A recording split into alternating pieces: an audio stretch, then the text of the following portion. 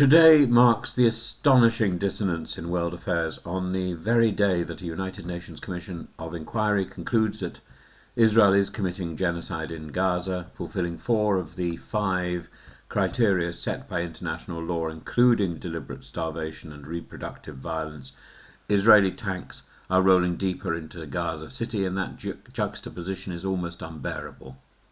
The accusation of the crime of crimes made at the highest level, and simultaneously the expansion of the very campaign that has prompted it, starting earlier than it was announced. The Israeli Chief of Staff, Eyal Zamir, told his troops that the mission rests on your shoulders to defeat Hamas's Gaza City brigade. Yet military analysts themselves concede that the destruction of Hamas is impossible. What then is their real purpose? The levelling of Gaza, the forced displacement of its people, the reshaping of the map? When Israel's defense minister declares Gaza is burning, it sounds less like battlefield necessity and more like a proclamation of annihilation. The UN report explicitly names Benjamin Netanyahu, Isaac Herzog and Yoav Gallant for incitement to genocide. It cites Netanyahu's invocation of Amalek, a biblical command to wipe out every man, woman and child, as evidence of intent. This is not accidental nor incidental, but systematic. And the families of Israeli hostages are begging Netanyahu not to expand the offensive. They fear it seals their loved ones' fate.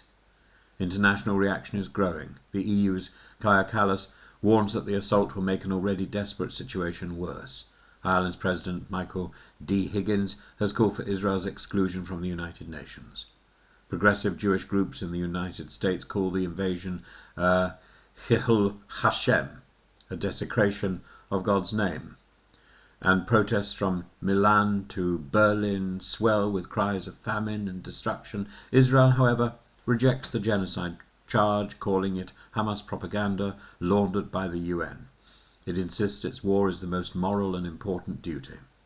Yet more than 64,000 Palestinians have been killed since 2023, over 100 more just today, and famine confirmed by UN-backed experts is claiming the lives of children daily.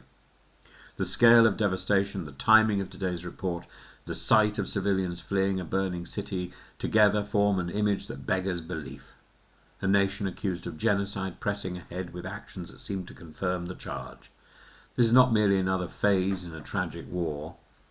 It's the point where legality, morality and politics collide, and the world is forced to ask whether international law means anything when its gravest category of crime can be declared in the morning and deepened in the afternoon.